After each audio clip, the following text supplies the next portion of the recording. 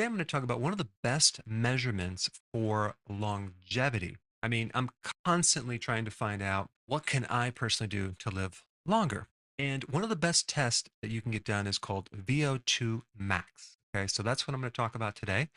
I'm also going to talk about how to increase this VO2 max. First of all, what is VO2 max? Well, it's the volume of oxygen or capacity of oxygen your body can consume for a certain amount of time. And it's measured in milliliters per kilogram per minute. And it is one of the best tests for aerobic capacity or aerobic fitness and the capacity of consuming oxygen.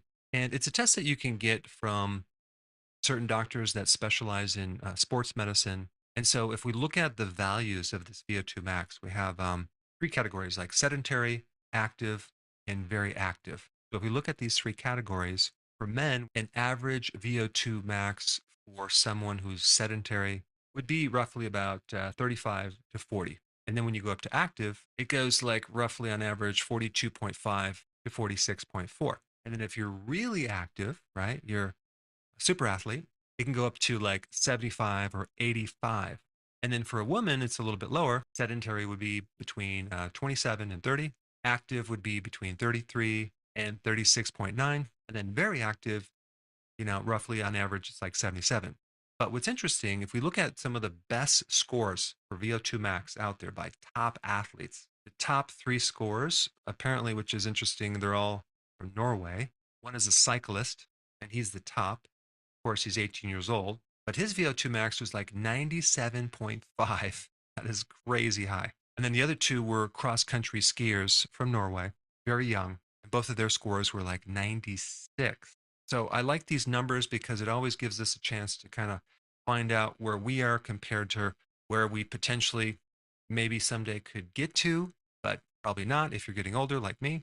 But I like the game of it. I like to know the values, and I'd like to always improve my VO2 max.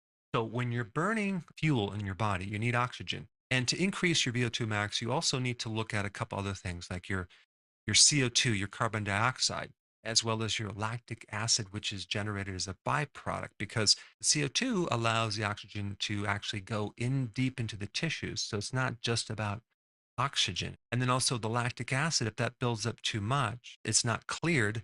That can prevent you from exercising and breathing because of the pH and what it does to your muscles. So, top athletes that have developed their mitochondria and made their mitochondria really, really efficient and have increased and stretched the capacity for using, absorbing oxygen and getting rid of lactic acid, kind of bulletproof themselves against disease. And so it's a good measurement to see where you are in evaluating your overall health. When you go to a doctor, you don't go to your doctor to get healthy. It's to go there to get rid of a symptom, but that doesn't necessarily increase your health. In fact, it could worsen your health if you're put on a medication. In fact, it camouflages some underlying cause, and they just don't look at improving your health. So today, let's just run down the list of all the things you can do to increase this VO2 max, which is a great measurement of your health as well as your capacity to live a long time. Number one, just doing more exercise. More exercise training will increase your VO2 max. Specifically, when you do high intensity interval training, there's a really good book. It's called Making Waves by Irving Yardick. Now, this book is based on a really great principle of working with nature. Nature or the universe works on cycles, okay, rhythms. Everything is in a cycle. You have the night and day, sun cycle. You have seasons. I mean, everything in nature, everything in your body, from pulse rate, blood pressure, hormones, to temperature. So you want to align your exercise with this pattern of a cycle versus a sustained type exercise, which apparently is not as healthy, especially because it raises cortisol, versus an interval type of exercise where you do these sudden bursts of high intensity with this rest back and forth cycle. That works with the body, and it's very, very therapeutic. And that's also why intermittent fasting is a great cyclic thing too, versus constantly snacking and eating all day long. I mean, this might be hard to believe, but there are some people who get so hungry in the middle of the night, they have to get up and go eat something.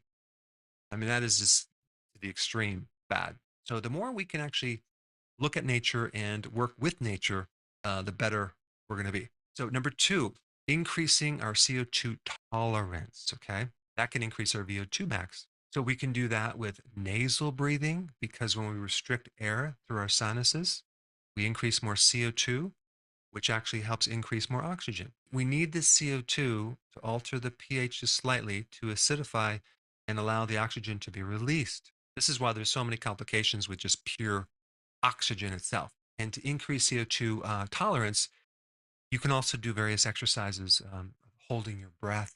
Number three, increasing your lactic acid tolerance.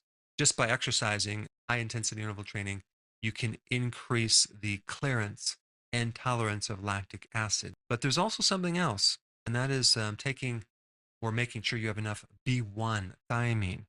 Thiamine helps get rid of lactic acid. And this is why when someone is deficient in B1, they can develop lactic acidosis or their body tends to hold lactic acid. And I had that problem when I was consuming so much refined carbs. I started getting restless leg syndrome. I couldn't sleep at night. And that would be a perfect example of building up too much lactic acid in the muscle. And number four, hypoxic training. And this is also kind of a version of what I just mentioned with the CO2 tolerance or improving that. But hypoxic training is you can do that through restricting air, breathing while you're exercising, or exercising at higher altitudes. Athletes that do that generate much greater capacity for holding oxygen, and their white blood cells are much larger. All right, number five, respiratory muscle training. So, this is just training to strengthen the muscles that are involved with breathing, like your diaphragm. You have inspiratory muscle training, which is training breathing in, your capacity of expanding your lungs. Then you have expiratory muscle training, which you're doing exercises to get rid of all the air in your lungs. So this type of training can be done with a very inexpensive device that restricts your air. This restrictive mouth device, which allows you to do this training and start to strengthen your lung capacity, which can greatly help people with weak lungs, whether they have COPD, chronic obstructive pulmonary disease, or they even had a past lung problem and they need to strengthen their lungs. This can help. All right, number six, plyometric training. This is where you're doing short bursts of exercise, like maybe you're jumping on a platform back and forth. It's like explosive short burst of exercise. And I like to do this with just with an axe chopping down a tree or chopping a log in half. It's explosive. It's great plyometric, works your upper body. And then also hopping on a platform. There's many different types of plyometrics you can do. I've done videos on this, but that's another way to greatly increase your VO2 max. Then you also have something called fartlek training, which involves while you're running, you're speeding up your pace or you're slowing down your pace throughout this exercise. So it's kind of like interval training, but you're doing it sporadically. You're just increasing and decreasing the intensity of that workout through a run. Then you also have something called cross training, right? That's like combining swimming, running, and biking and just changing it up. That's really good to build up this VO2 max. Now, there are three additional things that don't involve exercise that can help your VO2 max, and that is sleeping, right? Because if you're not sleeping, I don't care how much exercise you do, you're not going to be able to increase your VO2 max because your body's too tired and it can't repair. So, more sleep, 8 or even 9 hours, greatly help you. Making sure you never overtrain, making sure that you recover from your workouts, which is so important. And so many people neglect that. And in fact, I neglected that for years because I didn't understand the importance of this recovery. I didn't understand that you're going to kind of level out at a certain amount of fitness if you don't recover. So, letting your body recover between exercise and also from a genetic level. Some people a problem with inflammatory genes. And so if they overtrain, they naturally just are going to take longer to recover. And if they exercise too quickly, they're not going to get anywhere. They're going to minimize their progress. So make sure that you fully rest and get to a point where your body is no longer sore before you start another exercise. But in the meantime, you can always do hiking and low level type things like walking. And of course, 11, your diet, which can greatly improve your VO2 max because if you're eating the wrong foods, you're going to limit your capacity to hit that peak performance. And I'm talking about ketogenic diet and what ketones can do for the efficiency of your mitochondria, which is where it all happens, okay, as well as doing intermittent fasting, which I also mentioned. Now, since we're on the topic of VO2 max, if you have not seen my video on the high intensity interval training workouts, you should check that out. I put it up right here.